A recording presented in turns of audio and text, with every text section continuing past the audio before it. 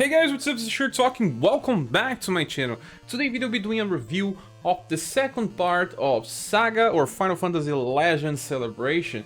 This time we have a banner with Liz, Esper Girl, and Human Male.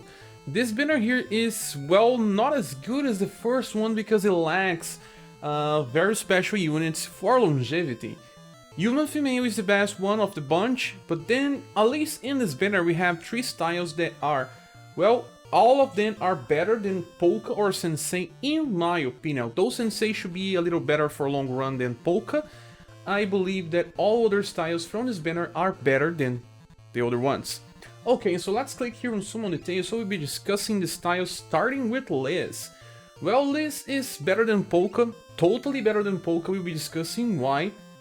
This Liz is also an AoE specialist like the version of Polka, and she starts with Aqua Drop. This is an AoE attack that we saw before with Mercity and some other styles, and it's good because it's only 3 BP when you fully awaken. This gives critical damage to Fire Spirits. There are not that many Fire Spirits, but still, you can use this every time when you awaken. There's no downtime. Where Polka has a 4 BP skill, so he will have some turns where he cannot cast his own AoE spell. Okay, so then after Aqua Drop, what we have is Ice Cycle Flurry. And this attack here is way better than the combination of Polka. Why? Because Polka gets Slash, and just so easy to find Slash damage in this game that you really don't need to use a mage for Slash. Although we can use that for boss fights, I do believe that Ice Cycle Flurry gives way more value. It's also deep power, so just like Polka, the damage is not that high, but at least it brings Pierce. Cold and Pierce is a very unique combination, you won't find it easily. You do find that type of combination with Rouge. Rouge has Dark and Pierce and Dark and Cold, so you can still find the two elements in him, but at least this will open some other strategies for sometimes Find Wise and everything. Although Liz still is not that strong with AoE, if you consider just this skill, the next one should be way stronger for farming, for Final Island as well. The Draconic Flash is now only cold, but at least it has a very high damage output. As you can see, it's the same dragon again. It's B power, but very close to A in the full potential, and it has a 13 BP coast. What does that mean? It means that you can open with the skill when you fully awaken. So what you have is a skill with 10 BP, one with 6, and one with 3. What you can do with this list? Well, you can open with Draconic Flash and just stay using the first skill forever, so it doesn't matter if she attacks on the first turn or on the second turn, she will always follow up this setup. If you attack on the first turn, you can also just increase Draconic Flash to above 10, and she will use Ice Cycle Flurry 2 times and then just stick using Aqua Drop. Although I really don't think that Ice Cycle Flurry should be, well, used that often, because the power is not that high, it will not make that much difference unless you need Pierce. If you need Pierce, that makes sense to just increase Draconic Flash, but then the damage output here is not that high. Remember, you will find other Pierce damage dealers for AoE that do way more damage, like, well, Darke. Although Darke will do similar damage output with less BP coast, way less BP coast. But then it's just diversity. If you need this or if you want to use her in the backline, it makes even more sense if you inherit her heal spell from her summer style, so that means that she's an AoE attacker that can attack all times because of Aqua Drop being 3 BP, and she can heal all times because her heal spell is also 3 BP, allowing her to be very strong for Zwig and all other contents that you need to constantly attack and heal. Liz is way better than Polka on this, and I must say that also her inheritance options are better for her future styles, whereas in Polka case, it was not like that. Okay, so now we have to check her passives, and starting here we have the first one being Frost Ward. That's the same thing with Polka. She negates all cold damage and will counter attack with a, well, very weak attack that is also cold when she's attacked. She can be attacked by any type of damage, she will always counter. The thing here is just that she doesn't have much endurance, although Polka has. We have to check her status in a few. Her second passive increases intelligence and will with a medium chance, 25% chance, and the effect should be large. Let me check this. Large is 20%, so you have 20% buff with a 25% chance of triggering it. So not reliable, but sometimes she will just deal more damage with her open skill, and that can help, well, even if you want to manipulate that in Final Island. And the last one is fired up 5, so she only has one passive for damage, just like Polka, and that is only 20% increase in damage. That limits these two builds of this protagonist because they lack some power, but at least Liz can attack in turn 1, and Draconic Flash will help out many times. Many situations you can use this to deal more damage. Remember, we have C power with Barthélemy. Although Barthélemy has better passives, Liz will do a little more damage when we are comparing this. She also does a little more damage than Joe, although Joe helps the squad better, and well, they can still be used together depending on the situations. And Liz does not fail to have a cheap AoE to keep attacking. But don't fret, Joe is way better since she can guarantee to attack first and help out way too many other attackers in the game. But Liz is better than Polka, that is for sure. Now we will be giving a look on her status. So now we are on rsrs.com and I want to show you the status of this version of Liz. This is the version of Liz that we can summon right now. She has, well, very close intelligence to the past one, that is an age as well, but way higher agility. Look, it's very different. 80% instead of just 45. This version of Liz has a very powerful single target attack for code that's still useful to this day and will keep being useful forever in my opinion. She is still a little more valuable than this one in my opinion, because this attack is pretty hard to find a substitute, while AoE attacks from code are not that hard to find. You can find even free styles to attack with code if you want, although not as strong or not as versatile, but yeah, you can find. The difference is more about this and also endurance. The endurance of this one is just so high that you can even place her in the front to counter, whereas with the past version it was kind of suicidal. If she took the hit, she would take very high damage. Besides that, everything else is kind of similar, as you can see. The other stats are not that relevant. She does have lower charisma, but very similar charm, and the heals will be kind of similar as well. So we now have to talk about her inheritance options. As you can see, we can get something from the Summer style. We can inherit this skill called Water of Life, because she can become a healer. We can also inherit the Dragon's Fury attack from her past mage style. And this is the very strong attack that I was talking about, and this one is useful in farming and in boss fights. In farming scenarios, you don't need to inherit anything. She's self-sustainable. She will be very useful. Like I said, she has 2 different cycles, although you will be pretty much using Draconic Flash and Aqua Drop most of the time, unless you really desperately need Pierce attack. Okay, so now we will go back to the game, and I must say that Liz is versatile enough, she's good, her AoE options are good options to inherit in her future styles, but right now she does not offer that much more damage besides the opener attack. And some people will be able to just keep doing what they are doing in Final Island with some substitute, a little more difficulty, but at least Liz is better than Polka, that I must say. But can you live without Liz? I think yeah.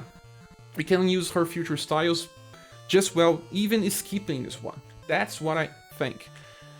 Okay, so now we go for the second character, and that is Human Male. And Human Male is a gunner. It doesn't mean when you look on him because he wields all types of weapons, but he is a gunner. The first attack is Derringer, and we saw this before with Mac.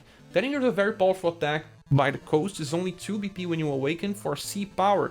This attack is also important because he can, well, use this as a counter. We'll be looking on this later.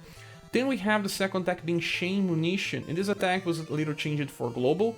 Chain Munition is both blunt and slash. Blunt and slash is an interesting combination since he's a gunner. We do have blunt and slash with, well, Rufus, but Rufus is a single target. This one is AoE, and what you get is an attack that can be used 2 times in a 3-turn cycle, since you can awaken this 3 times. I wanted it to be B power since we have B power damage with Human Female, but it's pretty close, and at least we have double elements. You can also use them together, and they will be used in very similar situations, where you can, well, attack with Bolt and try to finish a wave. But you need someone to kill the first wave so that they can do their jobs on the second and third turns. Also, something that we need to see is that Chain Munition, as a slash damage attack, Now it's not that interesting since we have Mirage Blade Plus. It uses also 8 BP, but it brings B damage. Even the farmable version of Annie can use that and should do a little more damage than this, or even Acelus can use Mirage Blade Plus or some other attackers. So it is good when used in a Rainbow Rangers formation, since you can use Dax for Slash, but if you have many multiple attackers for Mirage Blade Plus, you can instead use Dragoon Strike, and that is good enough. Well, but at least it brings diversity to this character. And then we have Pulse Cannon. This attack here, look. AoE damage now even higher, it's A, but only blunt. Very good for an opener if he could use this on turn 1, but he cannot. Pulse Cannon is very powerful. We don't have many attacks with A power and 13 BP so that you can use on turn 1. But at least you can use this on turn 2, and then he can keep using cheap AoEs after that. I'll be explaining because it relies on having his S style. Everyone can have access to that. I think we should go and check his passives before we go into his own S style. Counter Shot is very interesting because when directly attacked, he reduces damage and counter attacks with Dedinger, and it every time. This is very similar to what we already had with T260G. T260G counters with AoE attack, a very cheap AoE attack, and well, Human Male counters with Dedinger, so it's a little better for single target boss fights instead of just multi-targets that T260G can do. He also brings way more damage than T260G and also cyclings. Then the second one is called 30-Year Grave Knight. This one has a medium chance, so 25% chance to increase own dexterity and recover BP, meaning that it does not help him use his third attack on turn 1. And then fired up 5, meaning 20% increase in damage at all times. Only one passive like most characters in this banner, so 20% only in damage. And before we go into his passives, let's give a look on all his other attacks from his S style. You can get Hand Grenade as inheritance, and this is a cheap AoE attack, even cheaper than some other blunt damage dealers like, well, Emilia. Emilia deals D damage, but her attack is 4 BP. With Human Male, you have this on 3 when you awaken, so you have this available at all times. Very nice indeed. Then Flamethrower is, well, not good because it's a column attack. You see this also with T260G. And then we have Chainsaw. Chainsaw is interesting because it is Slash, and only Slash, doesn't have Blunt. So we are using someone in a dex position to bring Slash damage. It can be useful if you, well, are using a squad with Rainbow Rangers formation. You can bring Slash in agility position like you can with Human Female, like also Boston and some other styles. It's good because you can use diversity between your weapons and try to get everyone with double S weapon, and also, well, mix characters that you already use to bring, well, different types of damage. Also, Chainsaw can be reduced to 8 PP, meaning that he can attack twice in a 3-turn cycle like many recent characters, and this is very good. For farming, it works, and it brings 2 different builds into him. One for single target and slash, and also other for AoE blunt. So returning here, if you want that AoE cheap blunt attack, just keep Derringer on 3 and it will override, meaning that you open with Chain Munition or Pulse Cannon and just keep using blunt. Or if you want, you can just use Chain Munition on 8 and use that again on 8, or just override Chain Munition and use his slash attack with a 3-turn cycle. So either slash attack on turn 1 and turn 3, or turn 2 and turn 3.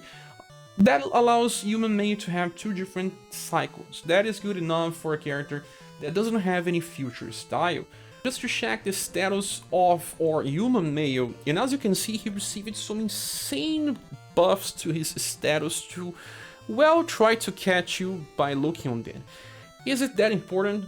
Well, he gets better as a counter because of high endurance. Look, 100, he's just like Mac. Very similar to Mac, but Mac keeps getting endurance buff every time, so he gets way better than Human Male. But Human Male counters. Not that the damage will be stellar, but it's still good and he can proc his other passive when he counters. His dexterity is not that insane, but it's good enough. Agility also good enough for evasion if you are using him for that, although he does not get more damage with Metrock. Metrock does not buff dexterity. Very high will as well, so very defensive unit. You can use him in the front of Tiger Shark formation if you want, and that will be good. I think that the devs thought that with more status he will be providing more, but still didn't change much about other stuff. He does have at least something interesting that I forgot to say that we need to check. That is, let's go back to him, and that is his style details will explain a little better, and he reduces damage when he counters attacks. Forgot to check this, and the reduction in damage should be around 20, if I remember correctly. Not entirely sure, so don't quote me on that.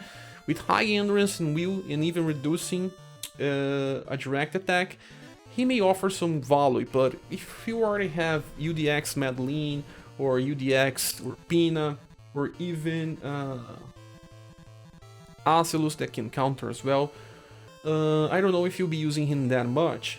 Also, there are some other counters that can heal themselves, like even Mirza, and he does not heal himself. He's more about just sustaining a little more and just direct damage. Human Male at least brings counter and 2 types of damage in the slot that doesn't always have this. Rufus does have Slash plus Blunt, but he's single target, so they don't exactly clash. You can still use them together in a Deadly Pierce formation if you want to, but I don't know if you really need that desperately, since Slash is easy to find. Human Male is better than, I think, Sensei and Polka, but that doesn't mean that much. If you like the character, he still brings some versatility into builds, but nothing so spectacular. But easy to skip as well because of that.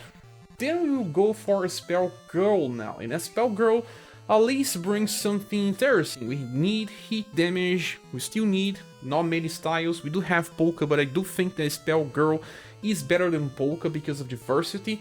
She brings heat and moon, but not with her first skill. Flare is the first skill and it's kinda useless most of the time. This is a roll attack with C power, not bad damage, but well, how many times you use roll attacks in this game?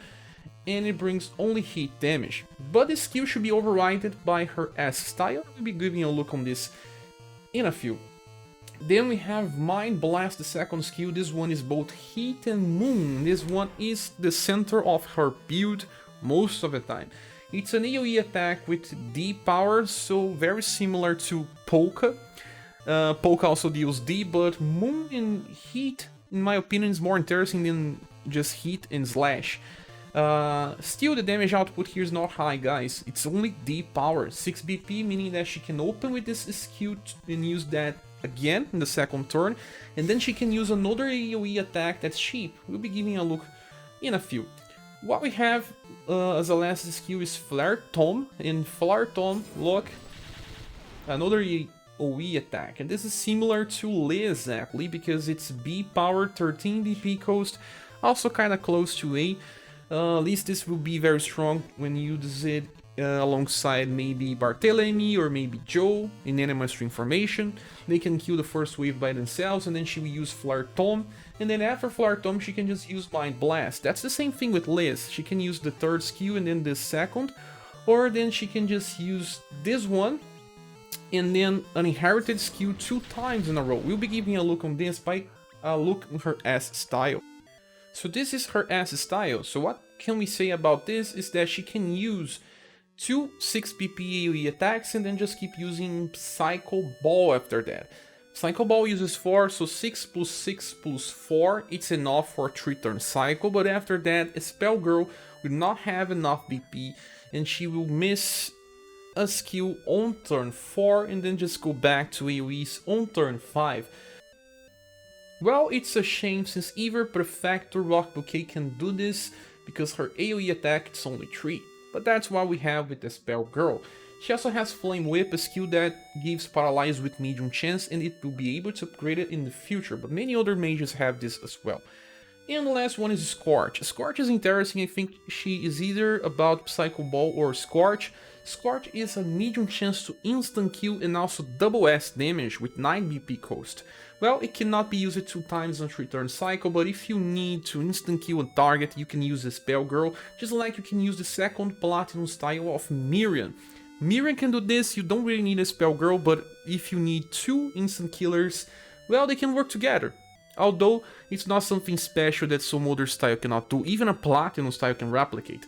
So most of the time you'll be inheriting Psycho Ball for AoE build. Now we are on rsrs.com, where we can see the status of Esper Girl. As you can see, she does have high intelligence with 100%, that's pretty high. She even has higher intelligence than Miriam, meaning that she can instant kill more often, but both have medium chance, that's pretty high already. Ray with small can already instant kill most targets without much problem, meaning that she can sometimes even instant kill enemies with resistance. She does have a high charisma, I don't know why she needs that. Will, because all mages have high will, and agility on 89%, that's pretty huge for an AoE caster, even higher than the current versions of Polka and Liz. Now we need to talk about her passive. Okay, the first passive, called Feminine Scent, is the same type of passive as the second version of Fuse. So she has a chance to heal BP and HP on the same time. But it's kinda old when compared to Fuse because it's only 25% chance of getting HP and BP. The HP should be around 500, while Fuse gets a 40% chance. That's awesome. Well, but the second version of Fuse comes from a time that's from the future, even after the release of Esper Girl. And then we have Into L3. On the start of a round she gets more intelligence, so when we were comparing her to Miriam, she already has a higher intelligence and she gets even further by getting this buff, so even higher chance to instant kill some targets. Like I said, she can even kill some ones that have resistance. If you need that much, well, it depends. I don't know how much practical usage you have out of this. And then we have Fired Up 5, so 20% increase in damage at all times. At least Esper Girl does not have 2 damage passives, but she buffs her own intelligence for farming, since on the start of the round, Flare Tome will do very good damage in this case. It will do comparable damage to some A damage spells, but only hit, yeah, only hit, but still good enough. And after Flare Tome you have some problems. Her Sheep AoE is 4 BP, meaning that you will not be able to use that. It's easier to just stick to Mind Blast, but then you have to attack on turn 3 only. So Flare Tome on turn 1, on turn 2, and Mind Blast on turn 3. Or you can just use Mind Blast 2 times in her Sheep AoE in turn 3. These are her builds. They are good enough for farming, simple farming. Can work for Final Island as well, although in Final Island I do prefer fast attackers. But at least she has very high agility that will make up for this. So now that we discussed it as Esper Girl, it's time to say, is it worth summoning on this banner? In my opinion, really not that much, because it depends if you are still liking some of the options that they bring. They are not that special when we compare them to, well, the global exclusive summer banner, because we could see ourselves using at least 2 of those styles for too long, like Rock Bouquet and Nasus are very unique. Here they are more about versatility, but okay damage, nothing so special, nothing so unique. Esper Girl is good for AoE, she does have many options, she doesn't have many single target options, she does have Scorch, she can instant kill better than Miriam, although not that much better, you can still live with Miriam just fine. But at least she's a good companion to Barthélemy. Do you need a companion to Barthélemy? Do you already have Joe and Barthélemy together? Well, they are probably enough. Then we have here Human Nail. He is AoE and single target blunt and slash attacker. His APP cycle is only slash, that makes him very strange when compared to some other styles. And his AoE potential as a slash attacker is flawed because of Mirage Blade Plus being available right now. And his AoE blunt damage is either not that strong or just turn 2, kinda locked. He's not bad, but just kinda limited. His counter possibilities are okay to be said, but nothing special as well. Liz does bring something to her future styles with her AoE attacks, especially Draconic Flash is very strong, and Aqua Drop allows her to just keep as an AoE attacker all the time. And I can see you using her for weekly content just fine if you still have her summer style as a healer. And she just either attacks or heal forever. That's pretty nice, and I can see myself using her. And even replacing Perfector Rock Bouquet if I want. On this regard, they work very similar, although Perfector Rock Bouquet can at least attack with 2 elements all the time, lightning and moon. But if you lack her, it's a better reason to get this list, if you still have the summer, or if you are planning on, well, building up more cold damage. If you are still missing Blunt, although Human Mail is not the best Blunt or even the best Slash, it does offer some versatility, and Esper Girl, it's good for AoE with heat if you're still missing. But nothing here is that important. Like I said, the first banner, Human Female was the most important character of the bunch. These styles of Polka and Liz are the most skippable ones, although Liz is better than Polka. So in my opinion, the first one is Human Female. The second, third, and fourth are any of these 3 styles, although Liz still offers more if you are planning for future versions of Liz. And then 5th and 6th are Sensei and Polka, in this order. So, well, I don't know if you should be summoning here, it really depends like I said, but I hope this video helped you decide. Thank you so much for watching it. If you want to support the channel, you can click the links on the description of the video. I wish you luck in your pulls, and I hope to see you again in the next video. Bye!